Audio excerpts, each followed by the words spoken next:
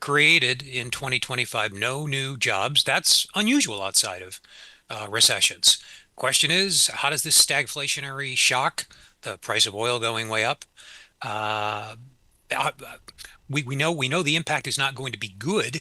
Is it enough to tip the economy into recession? So let's talk about America's favorite single price point out there. According to AAA yesterday, or today rather, the national average for a gallon of gas is sitting at $4 and I'm going to round here 2 cents per gallon.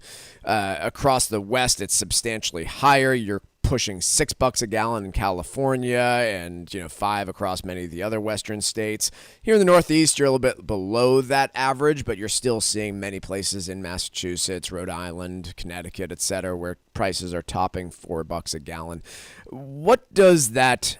I guess just we've hinted at it, Mark, but what does that do to the economy? Because in one sense, it's certainly inflationary.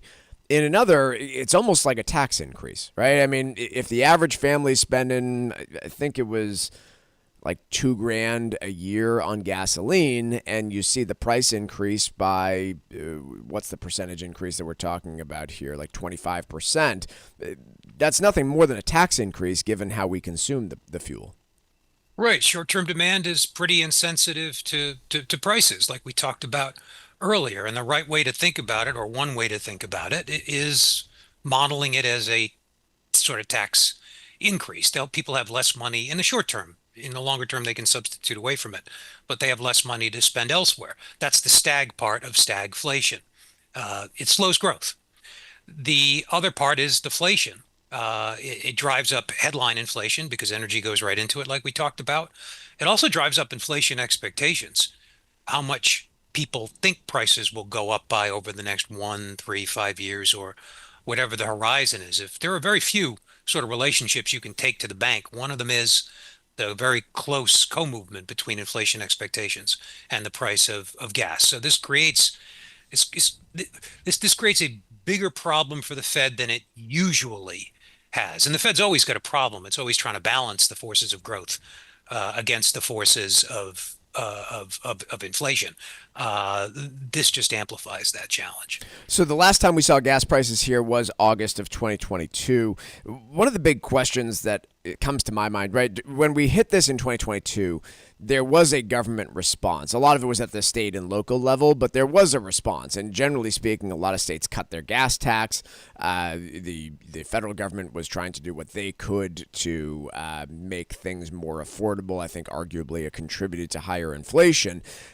I don't know what governments are going to do this time around. I do know that state and local governments are a lot more cash strapped than they were going into 2022 after years of federal government subsidies and cash flow going to those states because of COVID.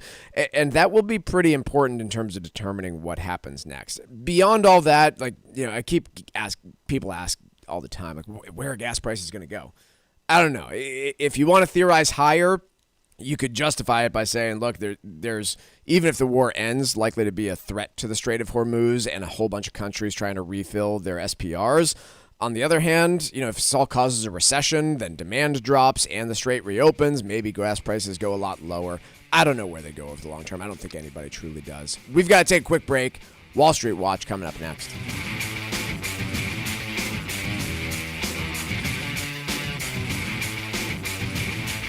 Like us on Facebook and follow us on Twitter @TFE Show. Breaking business news is always first, right here on the Financial Exchange Radio Network. Our Senators Edward Markey and Elizabeth Warren and Representative Lori Trahan are standing up for radio listeners like us by supporting legislation to keep AM radio in cars. They know the value of local radio in times of emergency. Now it's time for Congress to finish the job and pass the AM Radio for Every Vehicle Act. Learn more at dependonam.com. This message furnished by the National Association of Broadcasters and this station.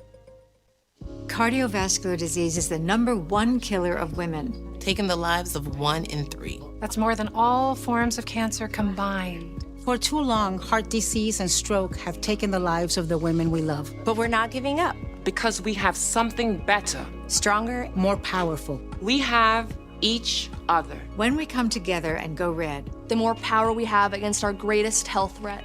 Visit GoRedForWomen.org today to learn more.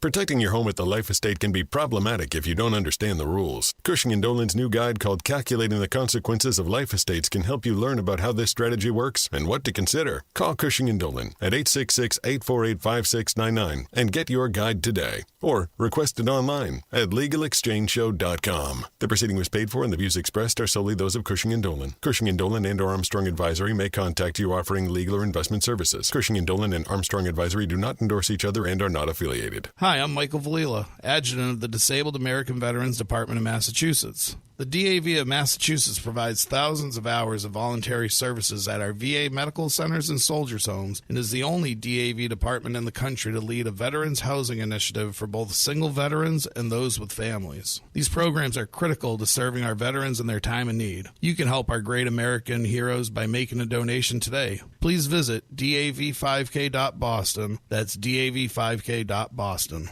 Let's talk LDL. AKA bad cholesterol. The higher your LDL cholesterol, the higher your risk of a heart attack or stroke. Your health matters. Know your number. Talk to your doctor and get your cholesterol checked. And learn how to help lower your LDL bad cholesterol. Because your health is in your hands. Find out more at heart.org/LDL. When a heart stops, the clock starts. You are the first responder until help arrives. In that moment, 4 minutes equals brain damage.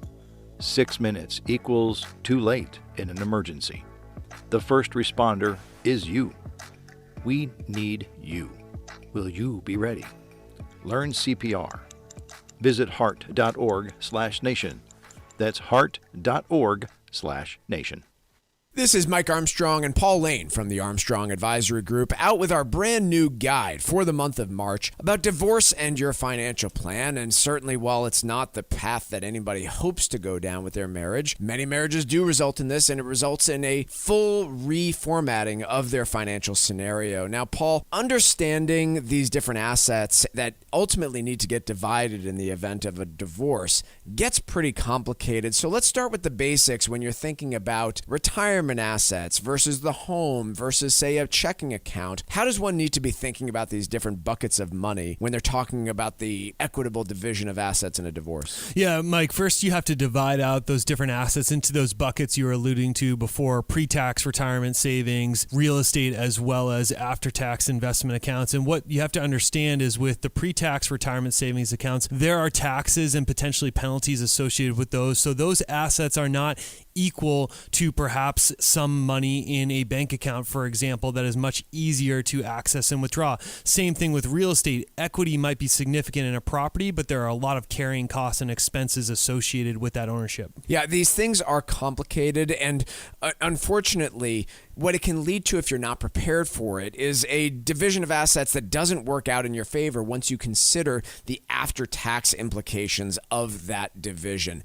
If you have questions that you're facing as you head towards this life move, get your copy of our new guide, Divorce and Your Financial Plan. It's available by calling us at 800-393-4001. Again, it's the free guide, Divorce and Your Financial Plan, 800-393-4001. The proceeding was paid for by Armstrong Advisory Group, a registered investment advisor. Nothing in the ad or in any Armstrong guide is specific financial, legal, or tax advice. Consult your own financial, tax, and estate planning advisors before making any investment decisions. Armstrong may contact you to offer investment advisory services.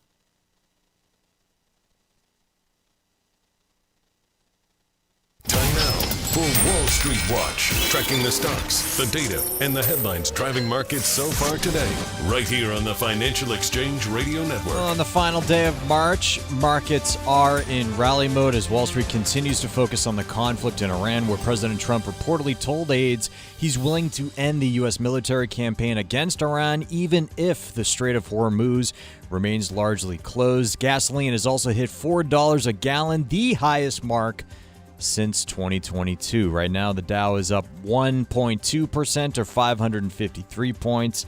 S&P 500 up 1.6% or 103 points. NASDAQ surging over 2% higher, or 447 points. Russell 2000 also up by 2%.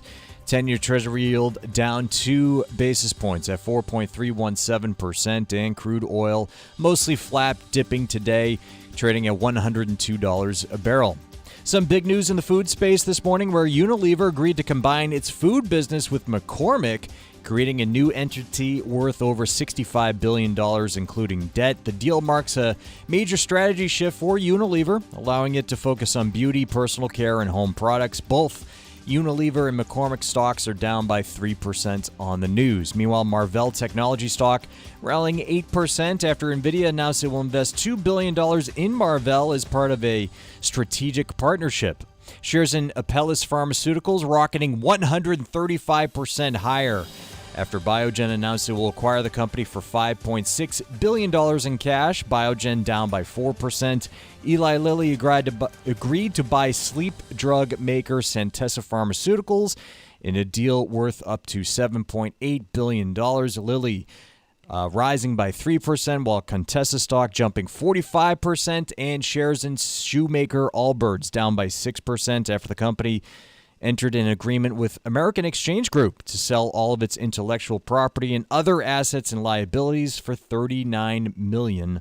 I'm Tucker Silva, and that is Wall Street Watch. Mark, one of the results of the conflict in Iran and the results of it have been all sorts of changes in particular developing nations across Asia, and some have rolled out 4-day work weeks, working from home, other changes. But the imagery that I keep seeing are a few weeks ago, it was the long lines at gas stations in places like the Philippines. These days, it's actually very empty streets in what are typically, bustling cities and metropolises with, people racing all over. The imagery of it, the only view I have in my head is the 1970s U.S. when cars would line up for hours at the gas station to get their limited fuel. What happened in the 1970s? BBC asks, are we heading for something worse in 2026? My answer would be not unless the Fed screws this all up royally. But what's your view on the answer to that question? How could this be similar to or perhaps worse than the 1970s here in the U.S.? Well, similar in the sense that we are being hit with a stagflationary shock, rise in the price of oil that saps demand and boosts prices at a time when underlying inflation was already high. Not as high as it was before the 1973-74 OPEC embargo that we now call the first oil shock of that decade. But core inflation was elevated because the Fed let the economy run hot. If that sounds familiar, it's because we just lived through that.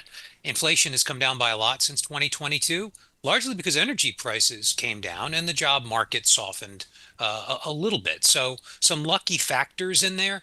Fed didn't have to impose a lot of sacrifice in terms of unemployment on the economy to get inflation down. But they didn't get it down to their goal, Mike. We've talked about that a lot. So we're facing now this boost in prices that oil price rising will result in, hitting at a time when underlying inflation was already above the Fed's target. In that sense, it's similar to the policy making errors of the 1970s. What I don't see right now is a Fed that's saying, and we should lower rates because of the threat to unemployment. Jay Powell was speaking just yesterday. I'll quote him here. You can have a series of these supply shocks, and that can lead the public generally, businesses, price setters, households, to start expecting higher inflation over time. Why wouldn't they? It would seem to me that anyone that's at the Federal Reserve, Jay Powell especially, given, what was written about him handing out a book about the 1970s ahead of his term as the chair of the Federal Reserve. But even a new incoming Fed, I can't think of anything more embarrassing as a Federal Reserve official to being compared to the poor leadership at the Fed during the 1970s. So I don't know. It just seems unlikely to me that we have policy choices that replicate that. The the Fed chair in the 70s, Arthur Burns, was a preeminent business cycle economist. He was one of the leading sort of economic intellectuals of his time. That might be a little bit of an overstatement, but it's not much of one. He was no like Milton Friedman, wasn't like Nobel laureate caliber. And am I overstating it by he's remembered in history, in spite of his caliber? He's remembered in history as a embarrassment to the role, is he not? Yeah, he was weak, and he knew it though. But he gave a speech in '82. It was called something like "The Anguish of Central Banking." Like he was tortured by the experience of the '70s. The point I was going to make, Mike, is that they didn't have the tools and the theoretical apparatus that we have today. So what happened in the 70s was bound to happen. We didn't know enough about how monetary policy worked, and nobody was talking about expectations in that decade. Stagflation was a term that was invented during that decade because we didn't know what to call this weird phenomenon of rising unemployment and rising inflation. Those two things normally went in opposite directions. So the 70s would have happened, whether it was Arthur Burns's chair or the 80s or a decade earlier, because we hadn't learned those lessons yet. I hold policymakers today to a higher standard because we've seen what can happen when policymakers overestimate the productive potential of the economy, which they did in the 70s. They didn't know they were doing that at the time. They didn't even use those terms at the time. So we know better today because of their mistakes. And yet we appear to be, in a smaller sense at this point, repeating some of those mistakes. Yeah, I guess I just don't see repeating those mistakes. To me would be basically saying that, hey, we're going to absorb this price shock and we're going to be lowering interest rates because of the trends that we are seeing in unemployment. And I don't doubt that we could get there, right? I do generally accept that. I don't care what the inflation rate is. If unemployment gets to 6%, I think this Fed is probably going to cut, even if inflation expectations are quite high, and we then might have the ability to screw this up again. I don't know. But I don't know. I'm not sure that I see it right now. In either case, we got to take a quick break. When we come back, Todd Lutzke from the law firm of Cushing & Dolan joining us next here on the Financial Exchange. From market moves to retirement planning strategy, follow the Financial Exchange on Instagram and stay up to date on the business news of the day. This is the Financial Exchange Radio Network.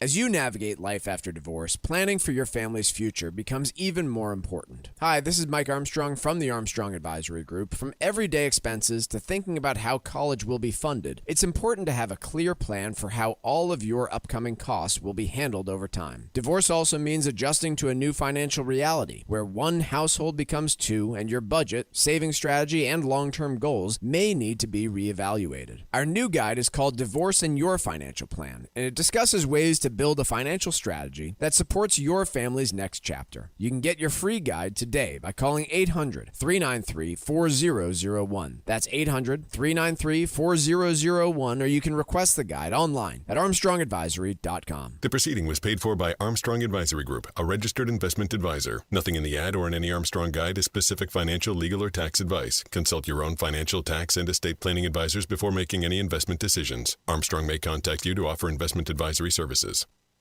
Life estates are sometimes used to protect your home as part of your future, but it's important to understand how they really work before making any changes to your estate plan. Cushing & Dolan are experts in elder law and taxation. Their new guide, called Calculating the Consequences of Life Estates, explains the pros and cons and why careful planning is so critical. A life estate can allow you to remain in your home while transferring future ownership. But decisions like putting the property in your children's names versus using a trust can have very different consequences when it comes to taxes, control, and protection from creditors. Before you sign any deed or transfer property, be sure you understand your options. Call Cushing & Dolan at 866-848-5699 and ask for your free guide today. That's 866-848-5699. Or you can request the guide online by visiting LegalExchangeShow.com. The proceeding was paid for, and the views expressed are solely those of Cushing & Dolan. Cushing & Dolan and or Armstrong Advisory may contact you offering legal or investment services. Cushing & Dolan and Armstrong Advisory do not endorse each other and are not affiliated.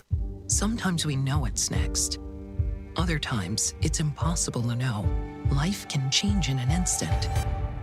Don't be caught standing by the next time someone's heart stops. Knowing CPR gives you the ability to act and takes you from bystander to lifesaver. CPR is a life-saving skill. Join the nation of lifesavers today by learning CPR at heart.org/nation. National support for CPR education provided by Elevance Health Foundation. Our Senators Edward Markey and Elizabeth Warren and Representative Ayanna Pressley are standing up for radio listeners like us by supporting legislation to keep AM radio in cars. They know the value of local radio in times of emergency. Now it's time for Congress to finish the job and pass the AM Radio for Every Vehicle Act. Learn more at dependonam.com. This message furnished by the National Association of Broadcasters and this station. Environmental nonprofit Ocean River Institute is working with communities to tackle climate change with nature-based solutions that feature slowing water down and building more soil with grasses and plants. Research indicates that people acting in their own neighborhoods can build an inch of soil in a year and slow sea level rise down by as much as 25%. Please visit oceanriver.org for more information on opportunities to make a difference and go the distance for savvy stewardship of a greener and bluer planet Earth. As a busy mom to 4 kids, my to-do list is full. Trying to fit in exercise, eating right, and prioritizing self-care can feel next to impossible. While we can't add more hours to the day, we do have a great resource to help. Go Red for Women has easy tips, tools, and information to help you and your family live a healthier life. So to all the moms, the aunts, the grandmothers, and amazing women out there doing it all, visit goredforwomen.org/momlife today. You take care of them, Go Red for Women will take care of you.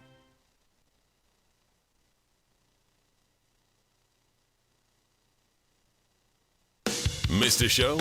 You can find them on our YouTube page. The show streams live every day, but every hour is archived, including all of our most newsworthy interviews. Go to YouTube and search for the Financial Exchange Radio Show.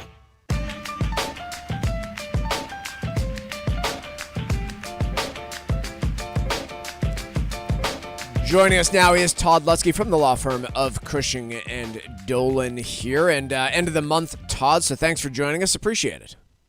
Oh, always a pleasure. So we're talking today about life estates, and I just need a 101. So what is a life estate, and what do you find are the most common misconceptions about them? All right, so 2 points. One, a life estate is simply a nugget of ownership in a piece of property, only your primary residence. So don't mix it up with rental properties or anything else. So it's a nugget of ownership that you get to keep, which gives you the right to live there and the right to collect income if you rent it. And that's about it. And then you gift away the remainder piece, which is usually based on your age, a much bigger chunk than you're actually keeping, even though you are the one that has the right to live there the rest of your life. And then you give away the rest, either to kids generally or to an irrevocable trust. Okay. I think I generally understand how it works, and so I'm going to lean right in here because I can see how people might potentially misuse them here. But what do people think they're doing with when they create a life estate, and how do you usually see it go wrong? Yeah, that's really the issue, right? It's like, what do you actually end up having? So many people have these, but I don't think they really understand what they have.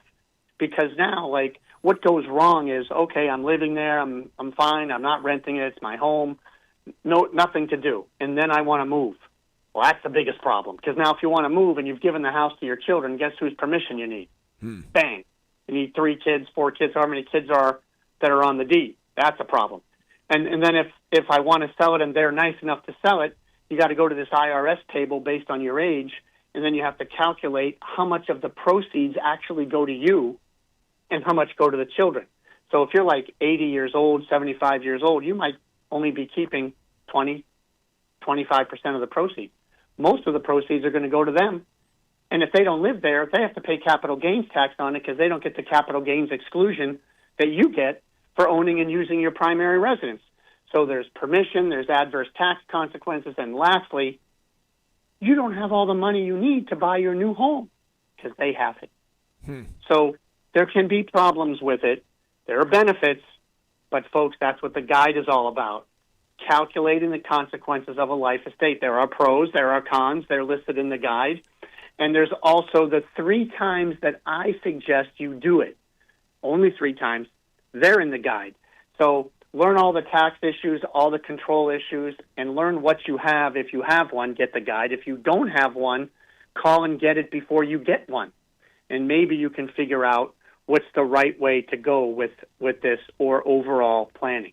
Folks, end of the month, call and get it. Calculating the consequences of a life estate, 866-848-5699 or legalexchangeshow.com. Again, 866-848-5699 or legalexchangeshow.com. Todd, thanks so much.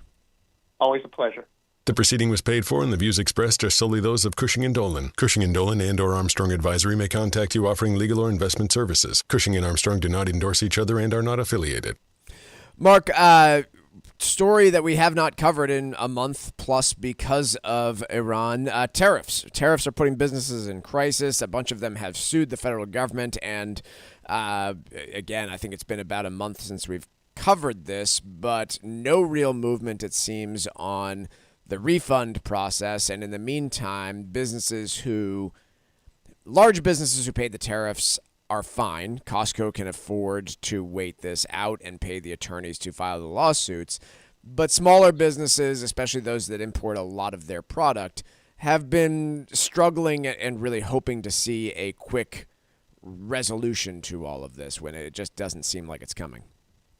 Yeah, they don't want to give the money back, is the long and the short of it. And you can understand why. Without that 100 and change billion in tariff revenue, the deficit would have gone up last year, no matter how you want to measure it, in absolute terms or relative to the size of the economy. So politically, it would be sort of embarrassing, I guess, although I'm sure they'd find a way to spin it. And most people are distracted by the front burner issue of gas prices and stuff, as we've been talking about.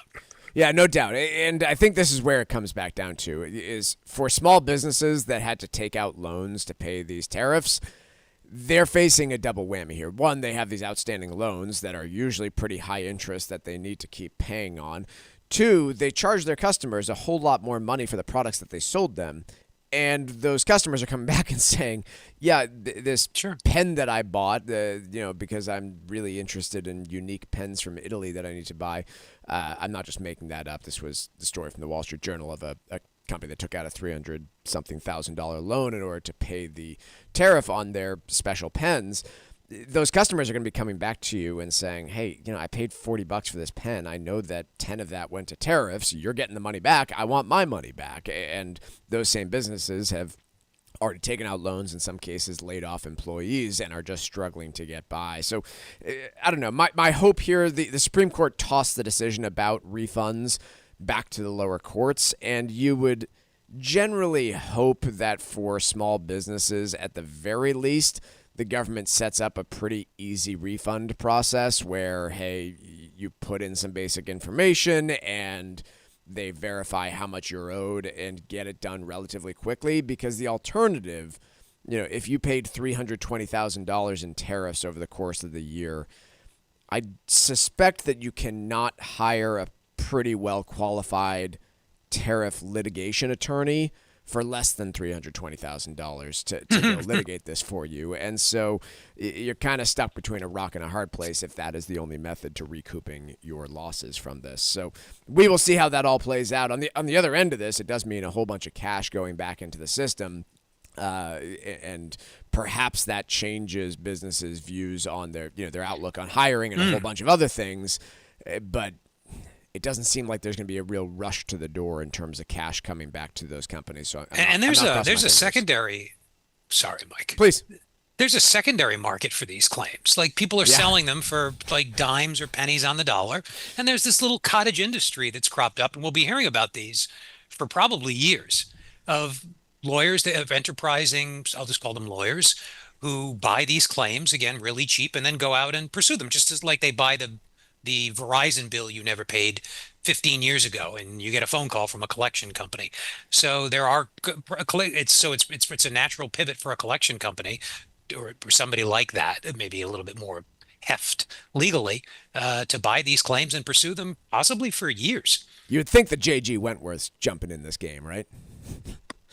I look forward to that commercial. I see their ads all the time, right? Yeah, you gotta yeah. imagine this is right up their alley. Hey, I will buy your future settlement for pennies on the dollar. I'm going to give you cash now. Like it seems like a perfect transition for that business model, but nonetheless, that is the current state of all of this. There's a court case working its way through, and one business that is hoping to kind of set the standard for how all this works. But in the meantime, it is immensely complicated. Again, I keep bringing this up, but remember how complicated this is, because if you are an importer, you may have paid a reciprocal tariff from products from the European Union plus a steel or aluminum tariff on top of that. The reciprocal tariff was tossed out. The steel and aluminum tariff was not. And so you have to go back and calculate and say, okay, I paid a tariff total of 35%. What portion of that was the steel and aluminum? What portion of that, which is legal and not unconstitutional, what portion of it was the reciprocal? Again, you would hope that the government and the company had pretty good records on that. My guess is that they, in fact, don't, and it's going to take a little while to calculate and figure out. Washington State, following Massachusetts and adopting the new tax on incomes over $1 million. Good luck with that, is all I will say. The tax rate will increase to 9.9% on income over $1 million, effective in 2028. Here in Massachusetts, we've had that for a few years. The collections on the tax actually came in well above estimates. However, many sources, the IRS themselves, have indicated that Massachusetts residents in total took about $4.2 billion in net income with them back in 2023 by leaving the state. And so how much will that be exacerbated in other places that try and copy it is my big question. Quick break. A lot more to cover in the second hour of the Financial Exchange. Market's still positive, though deteriorating a little bit as we head to the 11 o'clock hour.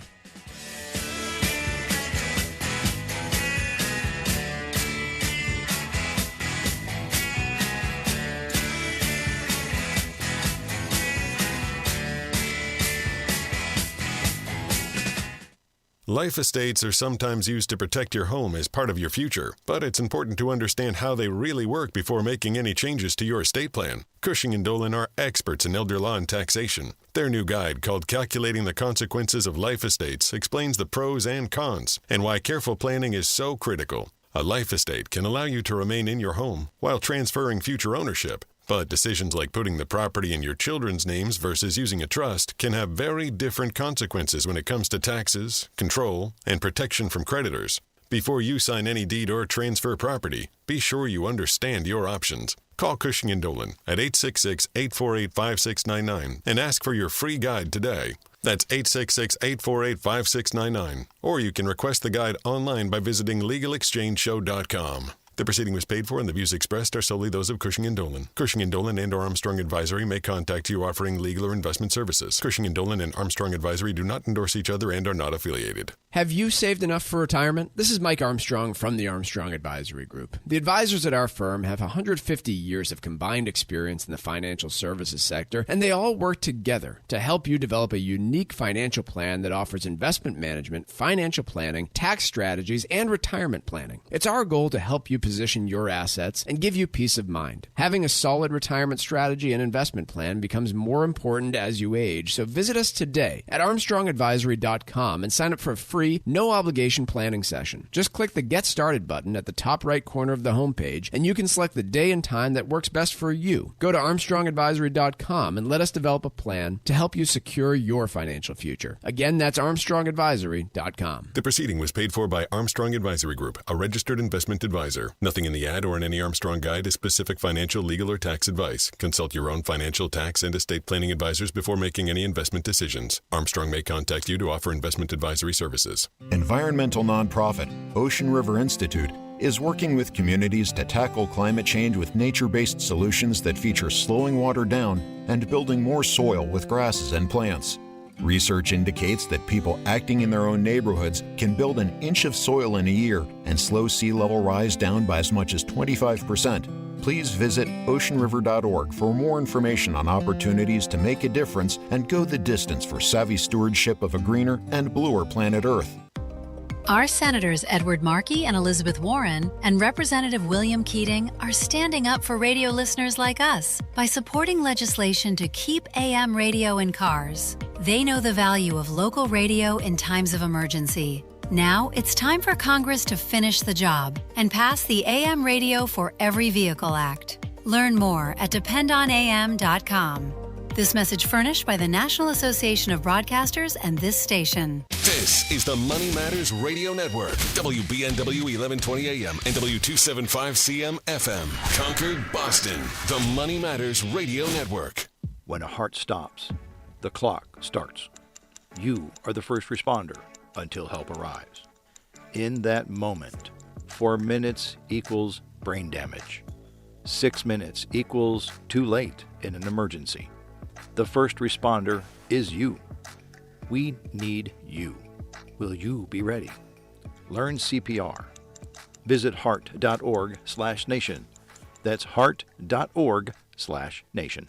Divorce isn't just a legal process. It's a financial reset. Hi, this is Mike Armstrong from the Armstrong Advisory Group, and our new guide, Divorce and Your Financial Plan, walks you through how to take inventory of your assets, avoid common mistakes when splitting accounts, update beneficiaries, and start building a plan that works for your next chapter. Divorce is complicated enough without all of its financial ramifications. The decisions you make now can have lasting consequences for your future, because after a divorce, it's not just about who gets what. It's about making sure your financial life is truly separated and set up to support your goals going forward. Call the Armstrong Advisory Group right now at 800-393-4001 and get your free guide, Divorce and Your Financial Plan. That's 800-393-4001 or request the guide online at armstrongadvisory.com. The proceeding was paid for by Armstrong Advisory Group, a registered investment advisor. Nothing in the ad or in any Armstrong guide is specific financial, legal, or tax advice. Consult your own financial, tax, and estate planning advisors before making any investment decisions. Armstrong may contact you to offer investment advisory services.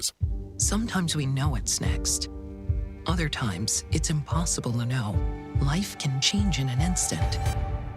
Don't be caught standing by the next time someone's heart stops. Knowing CPR gives you the ability to act and takes you from bystander to lifesaver. CPR is a life-saving skill. Join the nation of lifesavers today by learning CPR at heart.org/nation. National support for CPR education provided by Elevance Health Foundation. It happens all over Massachusetts. Can you tie my shoes? In every home and every community. Be careful on your bike. Learning can happen anytime, anywhere. We'll see you at practice this weekend. And no matter how learning takes place in your family's life, DESE is there as your partner. The Massachusetts Department of Elementary and Secondary Education. Never stop learning.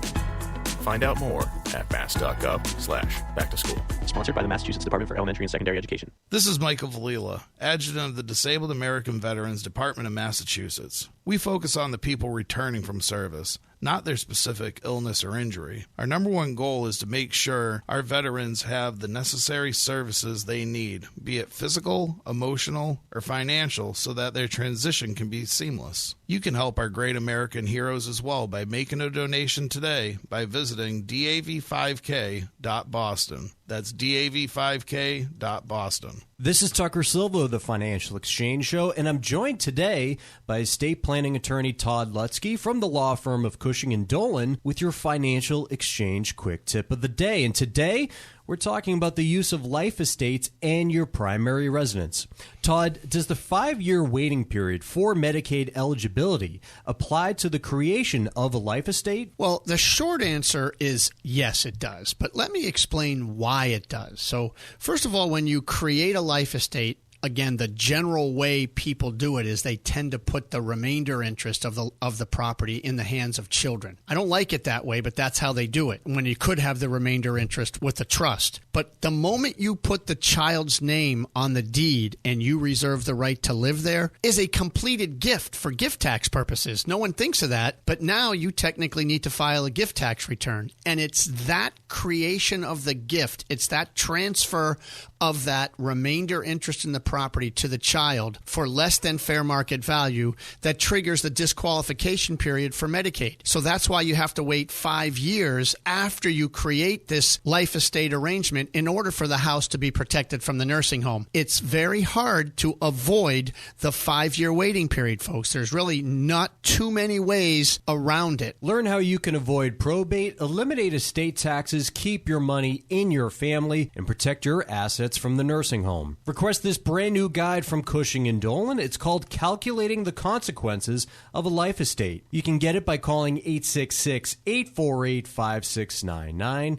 That's 866-848-5699, or you can simply request it from their website, legalexchangeshow.com. The proceeding was paid for, and the views expressed are solely those of Cushing & Dolan. Cushing & Dolan and/or Armstrong Advisory may contact you offering legal or investment services. Cushing and Armstrong do not endorse each other and are not affiliated.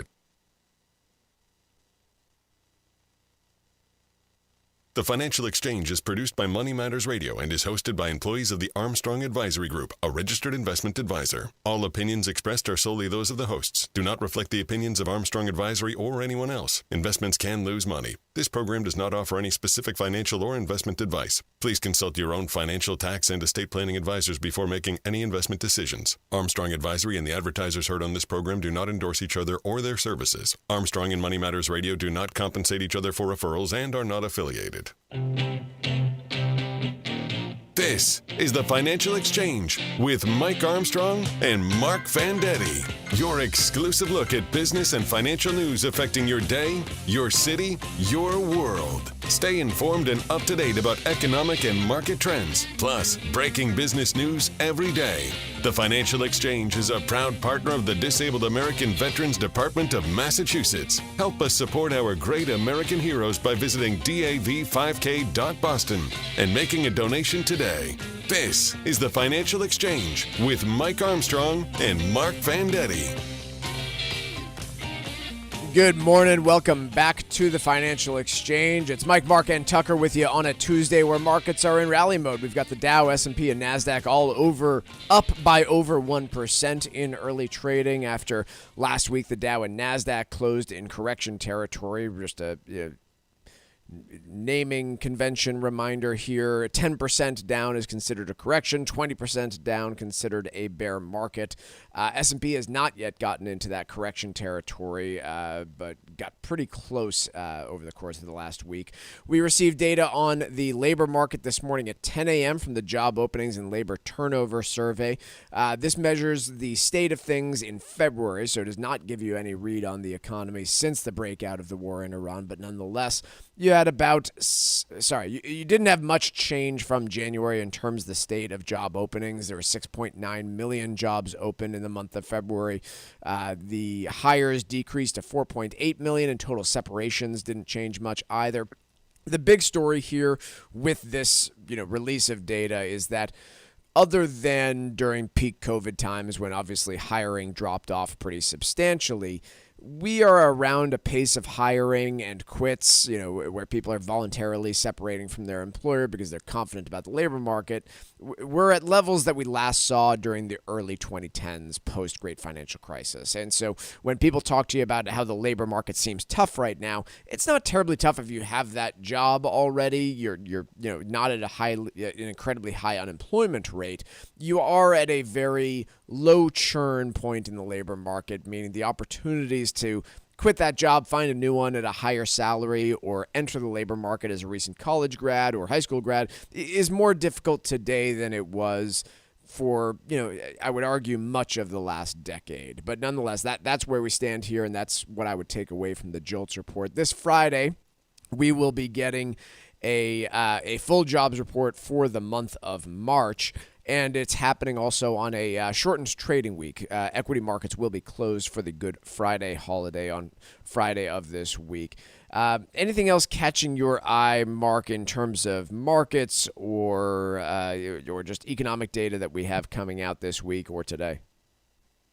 In terms of the job market, Mike, I think everything's sort of pointing in the same direction, right? The big surveys, JOLTS, which you just summarized, and the household and establishment surveys that give us the unemployment rate and payrolls, they all sort of point to the same thing, a loosening of labor market conditions over the past few years. That's good news for the fight against inflation, and we're going to need that because it's about to get more challenging. And bad news if you want a job. Yeah. Yeah, I mean, unemployment is still low. No, you're right. I don't mean to minimize that. But from a sort of macro perspective, the Fed's got to mind both the state of the economy, of economic growth and unemployment, as well as inflation. Both make people unhappy. According to a new Quinnipiac poll, more than half of Americans say that AI is likely to harm them. 2/3 of Americans, I don't know what they mean by, I don't think they mean physically harm them, but yeah, sorry, that's what it sounded like. I know you didn't mean that. That's what it sounded like. It does sound a bit like that. More than about 2/3 of those same Americans oppose the building of any AI data centers in their community. That is obviously due to the impact on electricity, water use, noise, were the main reasons cited. And I do hear this continue to be echoed. I don't know if it matters for the industry. Like, ultimately, it doesn't matter for the stock price of NVIDIA or Microsoft or the eventual stock price of a company like OpenAI, assuming they get an IPO off the ground. I'm unsure, but the data center piece is real. And I do just wonder if these companies are dramatically underestimating how difficult it is going to be to get all this compute built, and maybe underestimating the cost of that if local residents are consistently voting these things down and saying, no, we're not going to zone you for the draw on electricity. It's not to say that they wouldn't get built, but imagine a scenario where these same companies, instead of, right now they're getting a bunch of tax incentives from some of those local towns to build in here, and they're saying, yeah, we'll waive your property taxes for 5 years. We'll provide these other tax incentives to build in our state because we know that you're going to ultimately pay a bunch of taxes and hire some people. What if that reverses, right? Like, what if the math changes so that if you want to build a data center in rural Wisconsin, you, in fact, as Facebook or whoever is actually building the thing, need to offer some local incentives to that local town in the same way that I would imagine, building a nuclear power plant would require in somebody's backyard. I'm not sure. It would. There's just a number of things that have been getting my attention about how companies might be underestimating the difficulty of building all of this infrastructure that they claim to want to build, and major tech companies are putting huge dollars behind. Yeah, there's that angle. How disruptive will it be? Nobody wants these things in their backyard. I took the thrust of this survey to be focused on the labor market. Yeah. The question is essentially, do you think it's going to cost you or someone you care about their job? And in fact, if a job is sort of structured and consists of repetitive tasks, things that you could write down on paper, and if someone just followed those ingredients, like followed your recipe, well, recipe's a little different because there's a little bit of an art to it, but you know what I mean. I do. If you could write down what you do and anybody could read your instructions and do your job, then yeah, your job might be in danger if your company's got the money to invest in AI. There was a study done by researchers at either MIT or Harvard, one of those places that does such studies, and they found that it was exactly those types of jobs. No big surprise that have been adversely impacted because AI, not generative, not the stuff that you use today to make funny pictures of your friends and stuff, but intelligent software that adapts and learns effectively. It's been around for a while. So we have a sense for the types of jobs it complements, like paralegals. It's not going to replace them, but it'll do some of their work and allow them to focus on some of the more interesting parts of their job. And there are other jobs that are just, as we talked about, repetitive and might be doomed. That's if your company's got the capital to make the investment. Yeah, the pace is pretty important. The capital required and the pace is pretty important, right? I mean, already these tools are pretty good at designing software. And they couldn't do it at all a year ago. And so if it continues to increase at this pace, then I'm with you. I do fear what it would do to the labor market because there's just not enough time for companies to adapt and employees to adapt to the new reality of needing to change their skill set. If it slows down and, is just kind of slowly integrated into the workforce, then I'm kind of with you that, yes, some tasks will go away, but new jobs will be created. Bloomberg talks about how humans can decide whether AI kills or creates jobs. And I keep going back to one kind of thought in my mind, which is, we could, set standards for how AI is used. We could regulate it in a way that wouldn't allow it to do certain things. I don't think that's likely to happen. And if I just put myself in the shoes of the CEO, right? What's easier to dream up? Hey, look at all these costs I can eliminate by killing off, work currently done by humans and replacing it with technology, or dreaming up some new business innovation that I can increase my revenue somehow by integrating AI into the systems that we use. I'll tell you, it's a lot easier to measure out and say, hey, these are the 15 people that I can replace their jobs with AI, than it is to say, this is the new business model that I can dream up using the collaboration of AI and those existing humans. I don't know. Maybe I'm missing on the boat. Maybe I'm just not creative enough. But if I'm a CEO, that's how I'm looking at it. The idea that AI is going to wipe out broad swaths of the labor force is just very incomplete. Without demand, there will be no investment. So explain that, Mark. Sure. That's a really critical piece here. Let me just put it very simply. If none of us have a job, we're not going to be buying anything that AI cranks out. Like plain and simple. Yeah. So you do need gainfully employed people who want to satisfy needs by purchasing stuff.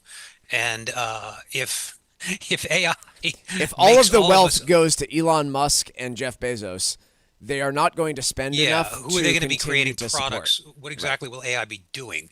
All these chatbots will just be talking to each other or something. So that argument has a sort of Hollywood superficial, sensational appeal, but it's one of those partial economy arguments. You got to look at the whole economy.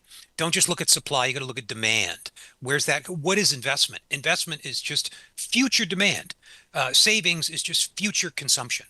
And that begs a question like, where's the consumption going to come from if nobody's got a job? So I'm not in the alarmist. I know you're not either, Mike. I don't think you're not in the alarmist camp either. I don't think, because it makes no sense to be in relative to historical experience. Yeah, if you look at how technologies have changed employment. It's not to minimize the effect that it might have, right? Like we used to have a lot of people that worked in auto manufacturing across the United States. There are probably far fewer than there were today than in 1980. I can see changes like that happening, but the idea that permanently higher unemployment sweeps the nation is very unrealistic. But Mike, I read this the other day, so it's sort of on the tip of my tongue. 1870, 2/3 of the population worked in agriculture.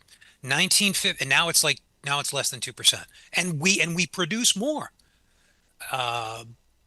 agriculture goods. In like 1950, 35 or so percent of the population worked in manufacturing. Now it's under 10%, but we make more because we've become more productive. The rest of us have moved into financial services and healthcare and technology. So there's precedent for it. I guess the big question is, will AI be more impactful more quickly? And that's obviously a serious question. Let's take a quick break. When we come back, we're playing a little bit of trivia here next on the Financial Exchange.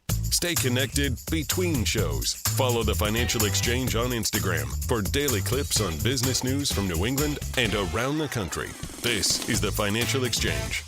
When going through a divorce, understanding the rules around your finances can make a real difference. This is Chuck Zada from the Armstrong Advisory Group. State law plays a major role in how assets are divided, whether that means a strict split or a distribution based on what the court considers fair. Health insurance and Social Security benefits are other considerations that you'll need to prepare for. You may have been covered under a spouse's plan and now need to find one of your own, and Social Security may offer benefits based on your former spouse's record. Our new guide, Divorce in Your Financial Plan, will walk you you through these issues and more to help you make informed decisions that may affect your future. Call 800-393-4001 to request your free copy. That's 800-393-4001 or request the guide online at armstrongadvisory.com. The proceeding was paid for by Armstrong Advisory Group, a registered investment advisor. Nothing in the ad or in any Armstrong guide is specific financial, legal, or tax advice. Consult your own financial, tax, and estate planning advisors before making any investment decisions. Armstrong may contact you to offer investment advisory services. Protecting your home at the life estate can be problematic if you don't understand the rules. Cushing & Dolan's new guide called Calculating the Consequences of Life Estates can help you learn about how this strategy works and what to consider. Call Cushing & Dolan at 866-848-5699 and get your guide today. Or request it online at legalexchangeshow.com. The proceeding was paid for and the views expressed are solely those of Cushing & Dolan. Cushing & Dolan and or Armstrong Advisory may contact you offering legal or investment services. Cushing & Dolan and Armstrong Advisory do not endorse each other and are not affiliated. Hi, I'm Michael Valila, Adjutant of the Disabled American Veterans Department of Massachusetts. The DAV of Massachusetts provides thousands of hours of voluntary services at our VA medical centers and soldiers' homes and is the only DAV department in the country to lead a veterans housing initiative for both single veterans and those with families. These programs are critical to serving our veterans in their time of need. You can help our great American heroes by making a donation today. Please visit dav5k.boston. That's dav5k.boston. Environmental nonprofit Ocean River Institute is working with communities to tackle climate change with nature-based solutions that feature slowing water down and building more soil with grasses and plants. Research indicates that people acting in their own neighborhoods can build an inch of soil in a year and slow sea level rise down by as much as 25%. Please visit oceanriver.org for more information on opportunities to make a difference and go the distance for savvy stewardship of a greener and bluer planet Earth. It happens all over Massachusetts. In every home and every community. Be careful on your bike. Learning can happen anytime, anywhere. We'll see you at practice this weekend. And no matter how learning takes place in your family's life, DESE is there as your partner. The Massachusetts Department of Elementary and Secondary Education. Never stop learning. Find out more at mass.gov/back-to-school. Sponsored by the Massachusetts Department for Elementary and Secondary Education.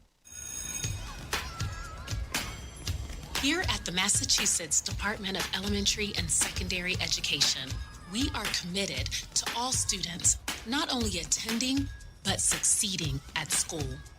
Your presence is powerful. Share why you attend at doe.mass.edu.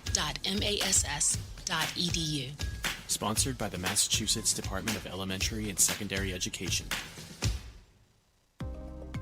Our Senators Edward Markey and Elizabeth Warren and Representative Stephen Lynch are standing up for radio listeners like us by supporting legislation to keep AM radio in cars.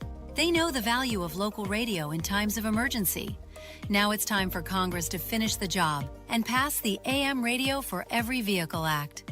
Learn more at dependonam.com.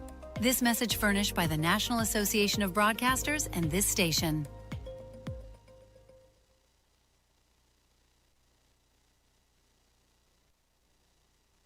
Get real-time financial insight as news breaks. The Financial Exchange is live on X. Watch the show and follow us for the most up-to-date business news you need to know. This is the Financial Exchange. Remember, you can watch the show live every day on our YouTube page. We'll have breaking business news, and all of our content is also archived. So if you want to go back and see an interview or discussion about a specific topic, it's all there with the click of a button. Just search the Financial Exchange on YouTube and be sure to hit that subscribe button. Time for trivia here on the Financial Exchange. On this day back in 1889, the Eiffel Tower officially opened at an award ceremony in Paris. Upon its completion, the Eiffel Tower became the tallest structure in the world, a title it held for 41 years. So our trivia question today, what was the tallest structure in the world before the Eiffel Tower? Once again, what was the tallest structure in the world before the Eiffel Tower? Be the sixth person today to text us at 617-362-1385 with the correct answer, along with keyword trivia, and win a Financial Exchange Show t-shirt. Once again, the sixth correct response to text us to the number 617-362-1385 with the correct answer, along with keyword trivia, will win that t-shirt. See complete contest rules at financialexchangeshow.com. Mark, according to data from the IRS through March 20th, the average individual tax refund was up 11% year over year to $3,571. Means we all withhold too much from our taxes. This year was an exception because they changed a bunch of the laws midway through the year, so it wasn't terribly clear what to withhold. But that is a pretty big bump year over year. What does that come to dollar-wise? I think like $400 increase compared to prior year tax refunds on average, which would normally, we actually talked about this back in January, February, was, hey, there are some slowdowns being indicated in the economy, but what sort of impact does a massive tax refund have on the spending of the American public? Unfortunately for restaurants, bars, and where people would generally blow this money, a lot of this is getting eaten up by either actually higher gas prices or perceptions of higher future prices. I think both of those have an impact here. I was looking at data. The average household in 2025 spent about $177 a month on gas, just on gasoline for their vehicles. So if we assume for a moment that gas prices were to average $4 a gallon for 2026, which I'm not saying is what would happen, but hypothetically possible, means that your year-over-year increase in gasoline spending would be about $600 per year for every household, more than eating up any of the gains you get from that additional tax refund, and I think most importantly, eating into kind of the psyche of affordability for the average American is the real problem there. Yeah, Mike, you said all pretty much there is to say, I think, on this. I don't really have anything I don't have any. No, I mean that, and I was trying to compliment you. It was a very complete and compact explanation. Yeah, it's like you said earlier. The gas price hike can be thought of as a tax increase. So what the government gave you with one hand, it taketh away with the other. Then let's switch over to something that I know you're passionate about, which is 401ks and allowing all sorts of new investments into them. So private credit and crypto just got easier to potentially put into 401ks in the future. I'm not sure it will ultimately happen because I do think that these record keepers and fiduciaries on these 401ks take that job very seriously. So I'm unclear just how much these are going to permeate, but what exactly happened here at the Department of Labor, and what are we anticipating might happen next to availability? When the DOL gives their blessing to something like this, they're effectively saying you can't be sued just because you put it in there. There are lots of plans that have big plans advised by sophisticated consultants with deep capabilities that offer privately traded companies or private debt in the form of a bigger portfolio of something like a balanced fund or a target date fund that you might know from your lineup. So these vehicles are typically not standalone. They're part of a diversified, balanced portfolio. And that limits the amount of damage that, say, a collapse of a narrow market segment could do to a broader portfolio. The basic principle there is, of course, just diversification. So a lot of plans offer private market stuff today because they feel comfortable doing it. And they feel comfortable that if you're always worried as a plan sponsor that somebody's going to sue you for breach of fiduciary duty. You did something that a reasonably prudent expert would not have done. That's basically the standard. And the question is, does just offering private market investments make you a negligent fiduciary? The answer now is going to be no. But you still have to do your due diligence. You can't just willy-nilly put private market investments in your 401k lineup because somebody you knew, somebody you met at an HR conference who works for another company's doing it. And this, I think, is going to be a huge hurdle for a lot of companies. And Mike, you already sort of hinted at this. Just because the DOL says you can do it doesn't mean it's going to end up in everybody's 401k plan. Yeah. It's then up to employers, the so-called plan sponsor, to make that determination. My problem remains that the vast majority of people that I speak with who don't just go with the default option in their 401k, they generally select their investments by looking at the historical return. And granted, a lot of these might not have that to offer, but given that that's how a lot of people select these things, I do worry about their ability to, or willingness to really differentiate between investments and understand how they all work. We've got to take a quick break. Full market recap next with Wall Street Watch.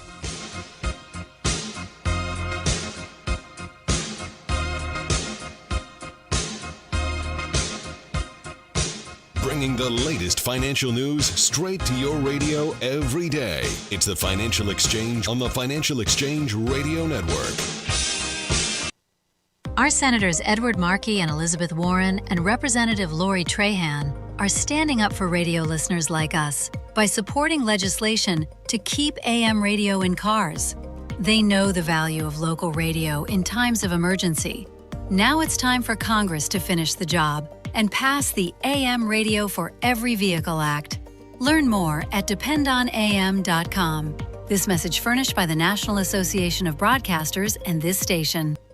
This is Michael Valila, Adjutant of the Disabled American Veterans Department of Massachusetts. The DAV of Massachusetts has helped me and countless others adjust to civilian life through a variety of incredible programs. Through our local Veterans Assistance Program, we provide necessary services to veterans and their communities, such as food shopping, landscaping, and companionship, but we need your support. You can help by making a donation today. Please visit dav5k.boston. That's dav5k.boston. When going through a divorce, understanding the rules around your finances can make a real difference. This is Chuck Zada from the Armstrong Advisory Group. State law plays a major role in how assets are divided, whether that means a strict split or a distribution based on what the court considers fair. Health insurance and Social Security benefits are other considerations that you'll need to prepare for. You may have been covered under a spouse's plan and now need to find one of your own, and Social Security may offer benefits based on your former spouse's record. Our new guide, Divorce in Your Financial Plan, will walk you through these issues and more to help you make informed decisions that may affect your future. Call 800-393-4001 to request your free copy. That's 800-393-4001 or request the guide online at armstrongadvisory.com. The proceeding was paid for by Armstrong Advisory Group, a registered investment advisor. Nothing in the ad or in any Armstrong guide is specific financial, legal, or tax advice. Consult your own financial, tax, and estate planning advisors before making any investment decisions. Armstrong may contact you to offer investment advisory services.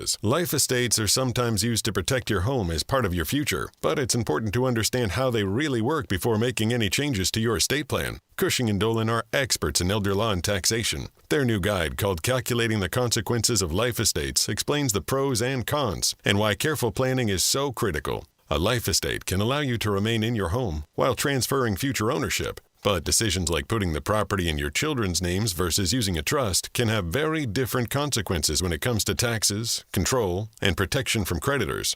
Before you sign any deed or transfer property, be sure you understand your options. Call Cushing & Dolan at 866-848-5699 and ask for your free guide today. That's 866-848-5699. Or you can request the guide online by visiting LegalExchangeShow.com. The proceeding was paid for and the views expressed are solely those of Cushing & Dolan. Cushing & Dolan and or Armstrong Advisory may contact you offering legal or investment services. Cushing & Dolan and Armstrong Advisory do not endorse each other and are not affiliated. Hey, this is Mike Armstrong and Paul Lane from the Armstrong Advisory Group, and we're here to talk to you about our brand new guide, Divorce and Your Financial Plan. Paul, let's fast forward here a moment. You're through the divorce process, and now you are focused on this entirely new financial life. What do you view as the first step toward developing that new financial plan as you're thinking about a single individual versus a married couple? What you really have to focus on, Mike, is the cash flows of your household. You've gone from presumably 2 incomes down to 1 income, or you're just living off of a lesser income. So understanding what your expenses are going to be going forward and matching that to the income that's coming in to your newly formed household is really important. That is something that is a area of significant focus, as well as health insurance coverage is another area that is of significant importance. How are things like taxes and general expenses, how does that all change now if you're thinking about a single person versus a married couple? Yeah, the tax brackets will change for a single filer versus a married couple, usually to the downside. Really, you're going to pay more in the way of taxes. So that's something that's really important to focus on, as well as many other areas of your financial plan. Folks, we've got a brand new guide, again, plan from the Armstrong Advisory Group. It's free, and it's available at armstrongadvisory.com. You can request it there. It's Divorce and Your Financial Plan. There is a lot that goes into rebuilding your financial life after a life event as consequential as a legal divorce. If you have questions about how to navigate that process, this new free guide from the Armstrong Advisory Group is a great starting point. You can get it by requesting it again at armstrongadvisory.com or calling us at 800-393-4001. The proceeding was paid for by Armstrong Advisory Group, a registered investment advisor. Nothing in the ad or in any Armstrong guide is specific financial, legal, or tax advice. Consult your own financial, tax, and estate planning advisors before making any investment decisions. Armstrong may contact you to offer investment advisory services.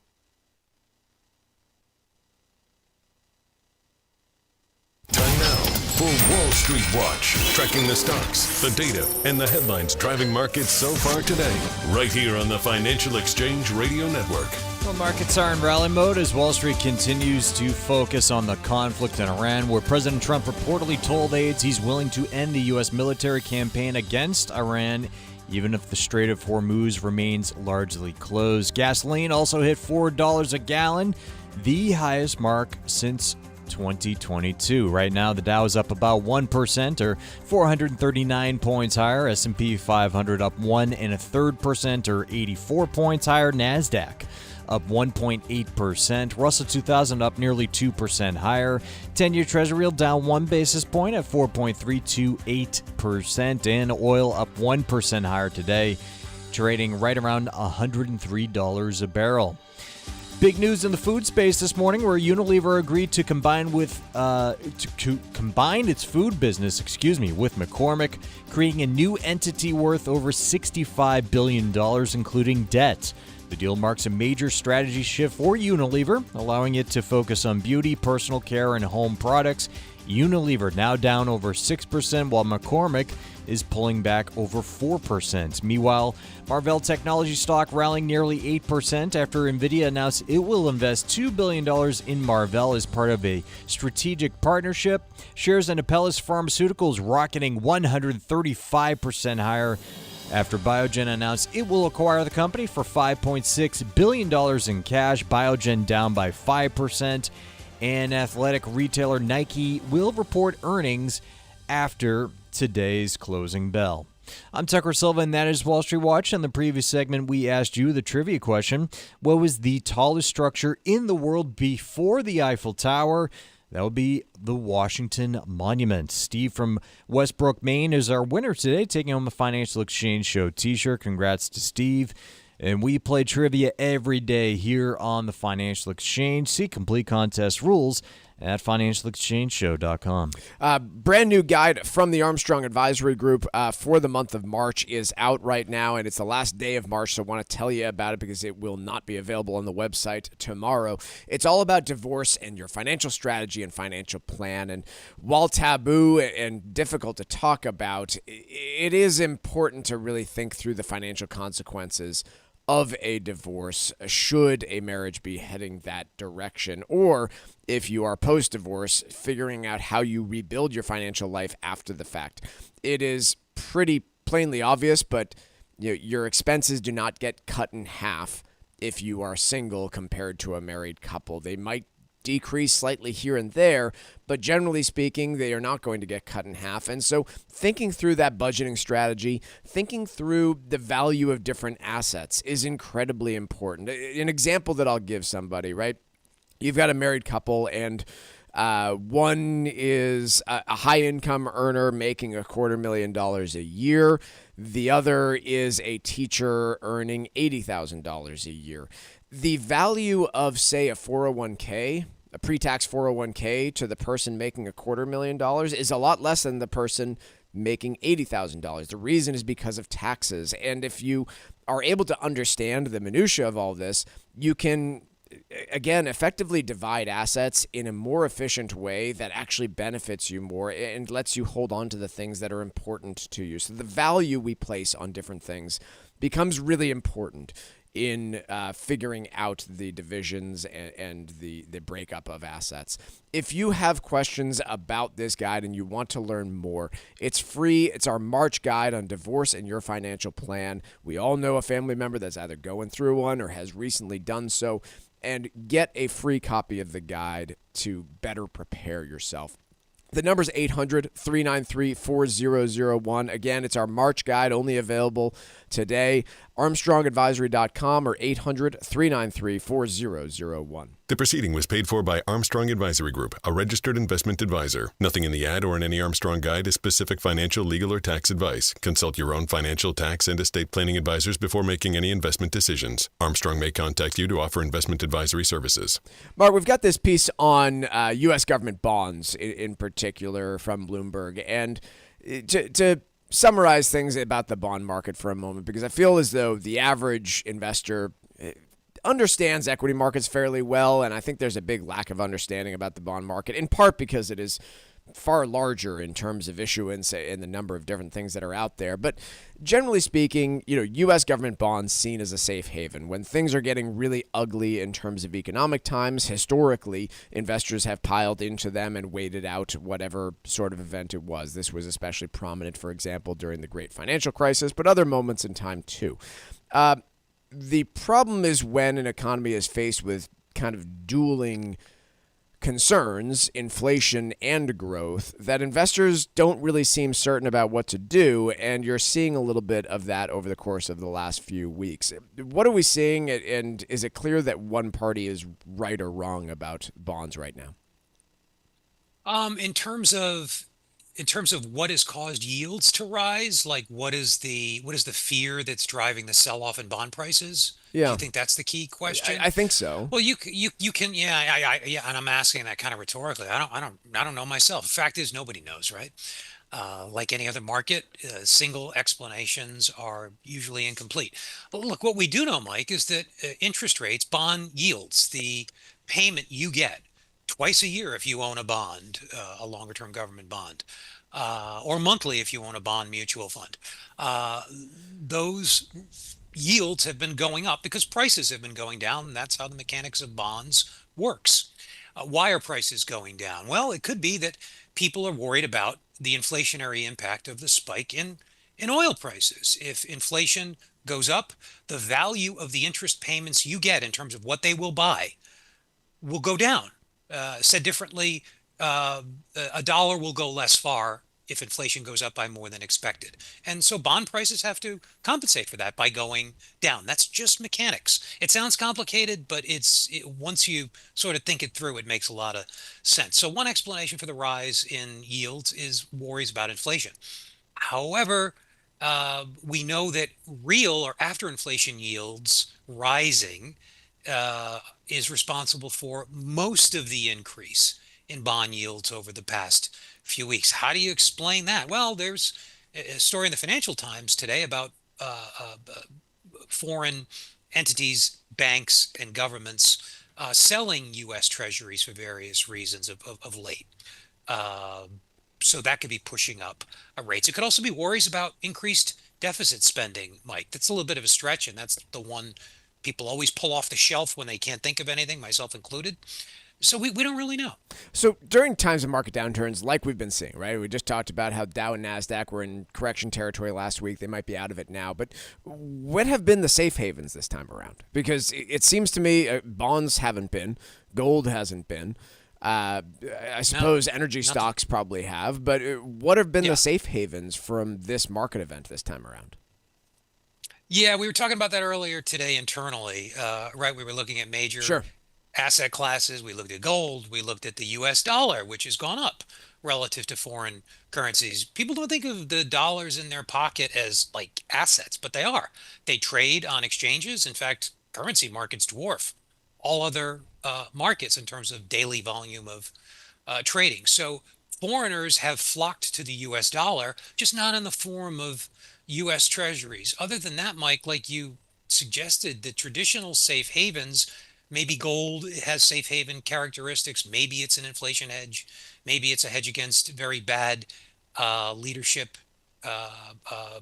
here and elsewhere or something like that. You could pick your favorite reason. They simply have not held up in the face of stock market turbulence driven by sort of geopolitical turmoil which is not what you would expect necessarily. Let's take a quick break. Markets remain strongly in positive territory. We'll recap them and do a bit of stack roulette next on the Financial Exchange. Daily financial content in your feed when you want it. Follow the Financial Exchange on Instagram. This is the Financial Exchange. Protecting your home at the life estate can be problematic if you don't understand the rules. Cushing & Dolan's new guide called Calculating the Consequences of Life Estates can help you learn about how this strategy works and what to consider. Call Cushing & Dolan at 866-848-5699 and get your guide today. Or request it online at LegalExchangeShow.com. The proceeding was paid for and the views expressed are solely those of Cushing & Dolan. Cushing & Dolan and or Armstrong Advisory may contact you offering legal or investment services. Cushing & Dolan and Armstrong Advisory do not endorse each other and are not affiliated. Hi, I'm Michael Valila, Adjutant of the Disabled American Veterans Department of Massachusetts. The DAV of Massachusetts provides thousands of hours of voluntary services at our VA medical centers and soldiers' homes and is the only DAV department in the country to lead a veterans housing initiative for both single veterans and those with families. These programs are critical to serving our veterans in their time of need. You can help our great American heroes by making a donation today. Please visit dav5k.boston. That's dav5k.boston. As you navigate life after divorce, planning for your family's future becomes even more important. Hi, this is Mike Armstrong from the Armstrong Advisory Group. From everyday expenses to thinking about how college will be funded, it's important to have a clear plan for how all of your upcoming costs will be handled over time. Divorce also means adjusting to a new financial reality, where one household becomes two and your budget, saving strategy, and long-term goals may need to be reevaluated. Our new guide is called Divorce in Your Financial Plan, and it discusses ways to build a financial strategy that supports your family's next chapter. You can get your free guide today by calling 800-393-4001. That's 800-393-4001, or you can request the guide online at armstrongadvisory.com. The proceeding was paid for by Armstrong Advisory Group, a registered investment advisor. Nothing in the ad or in any Armstrong guide is specific financial, legal, or tax advice. Consult your own financial, tax, and estate planning advisors before making any investment decisions. Armstrong may contact you to offer investment advisory services. Environmental nonprofit Ocean River Institute is working with communities to tackle climate change with nature-based solutions that feature slowing water down and building more soil with grasses and plants. Research indicates that people acting in their own neighborhoods can build an inch of soil in a year and slow sea level rise down by as much as 25%. Please visit oceanriver.org for more information on opportunities to make a difference and go the distance for savvy stewardship of a greener and bluer planet Earth. As a busy mom to 4 kids, my to-do list is full. Trying to fit in exercise, eating right, and prioritizing self-care can feel next to impossible. While we can't add more hours to the day, we do have a great resource to help. Go Red for Women has easy tips, tools, and information to help you and your family live a healthier life. So to all the moms, the aunts, the grandmothers, and amazing women out there doing it all, visit goredforwomen.org/momlife today. You take care of them, Go Red for Women will take care of you. Life estates are sometimes used to protect your home as part of your future, but it's important to understand how they really work before making any changes to your estate plan. Cushing & Dolan are experts in elder law and taxation. Their new guide, called Calculating the Consequences of Life Estates, explains the pros and cons and why careful planning is so critical. A life estate can allow you to remain in your home while transferring future ownership. But decisions like putting the property in your children's names versus using a trust can have very different consequences when it comes to taxes, control, and protection from creditors. Before you sign any deed or transfer property, be sure you understand your options. Call Cushing & Dolan at 866-848-5699 and ask for your free guide today. That's 866-848-5699. Or you can request the guide online by visiting LegalExchangeShow.com. The proceeding was paid for and the views expressed are solely those of Cushing & Dolan. Cushing & Dolan and or Armstrong Advisory may contact you offering legal or investment services. Cushing & Dolan and Armstrong Advisory do not endorse each other and are not affiliated.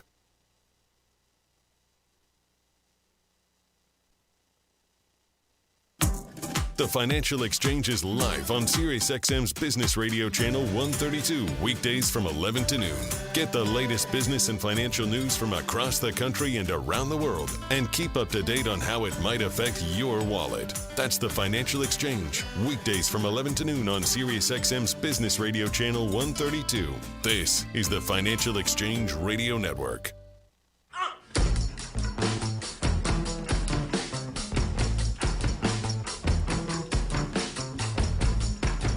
Mark, I want to talk about this new use of artificial intelligence from a company called Public. I've heard of Public because they do advertise a whole bunch on platforms that I listen to. I don't know if other people have, but it's an investment company called Public, and it's effectively creating AI agents that allow you to. Well, the Wall Street Journal article is about buying the dip, which in investor terms is doing something like a buy limit order or a stop loss. They're rolling out this functionality. To me, it seems like a more of an advertising blitz than anything that's going to be terribly useful. And I think, 2 points that I would make. One, if you need to use an AI agent to learn how to do something like this, I'm not sure. It doesn't indicate to me that you're going to fully understand how these things work, and I think might set you up for some big mistakes in doing so. I think learning how these things do work is great for somebody that's going to invest their own portfolio, but having an AI agent that's going to do it for you kind of skips over it and doesn't really seem like it would save you a whole bunch of time and might lead you to do things that you don't fully understand. So buyer beware. Second piece, this doesn't really have to do with Public specifically, but I keep running into stories over and over about people who are thinking that they are hiring an investment professional and end up getting scammed out of money.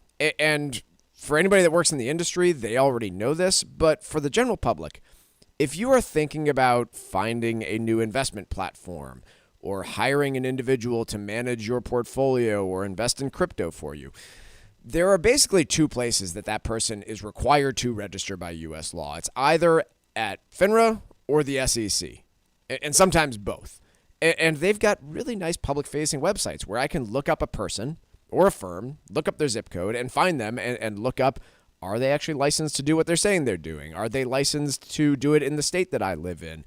Do they have a bunch of disclosures about what they've done in the past? The websites are brokercheck.finra.org and advisorinfo.sec.gov.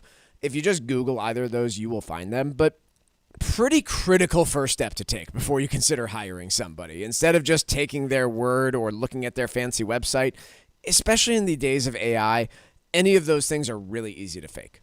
So if you're thinking about doing any of that, this is, I guess, a bit of a public service announcement. Like, just use one of these two tools, look the person up, don't go blindly wire money. I know that sounds silly, but I can tell you that it is happening over and over and over again, especially with seniors who don't understand how to navigate these tools. So again, advisorinfo.sec.gov or brokercheck.finra.org to just look somebody or a company up and see what it is that they claim to do.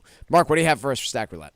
Mike, related to the point we were just talking about, I was grasping at straws, grasping at explanations for why treasuries might have lost some of their allure as a safe haven asset of late, and what longer term trends could contribute to that erosion over time. Bloomberg has an article today. The headline is Barclays predicts growing treasury market will need bailouts. And the upshot of this is that treasuries are mostly held by banks, these dealers, always at the ready to buy and sell them. So I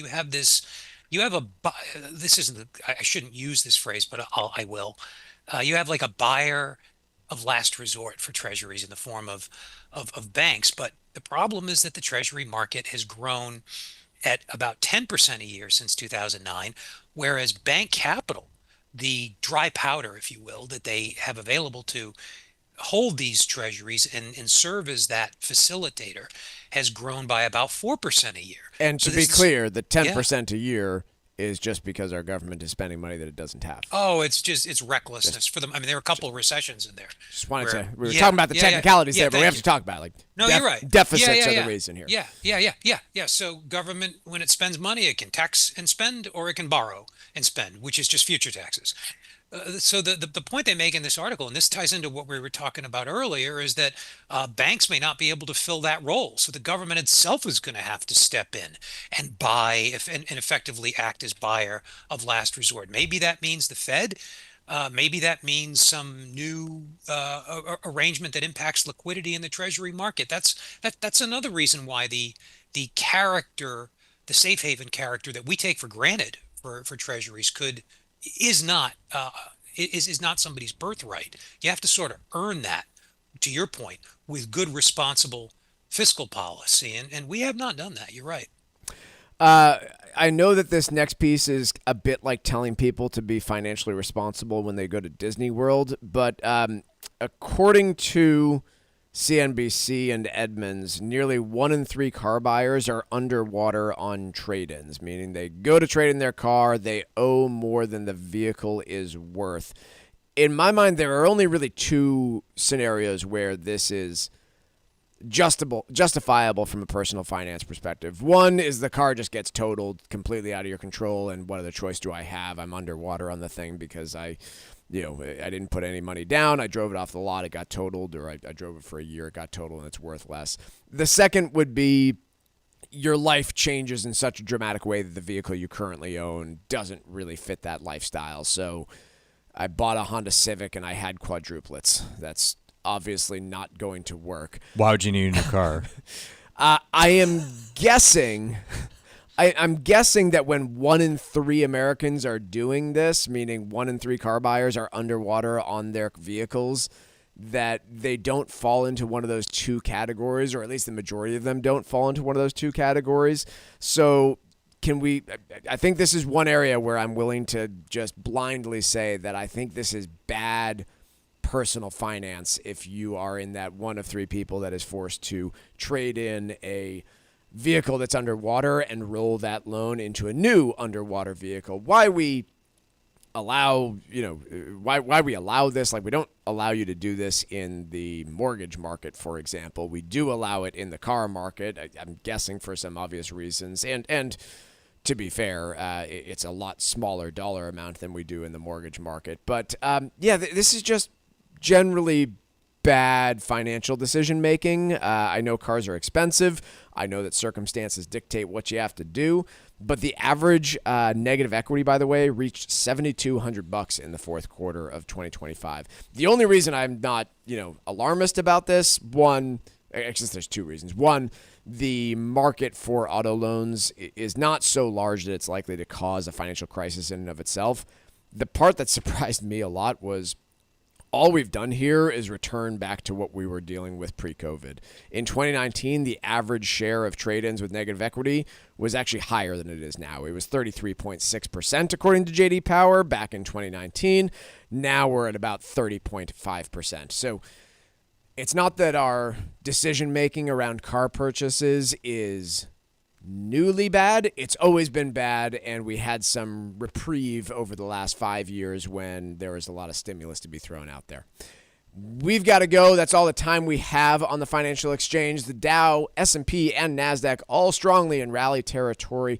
Dow Jones Industrial Average up 449 points, about 1%. S&P up 84, 1 1/3, and the NASDAQ up 374 points, or 1.8%. We will be back at it tomorrow, folks. Have a great rest of your day.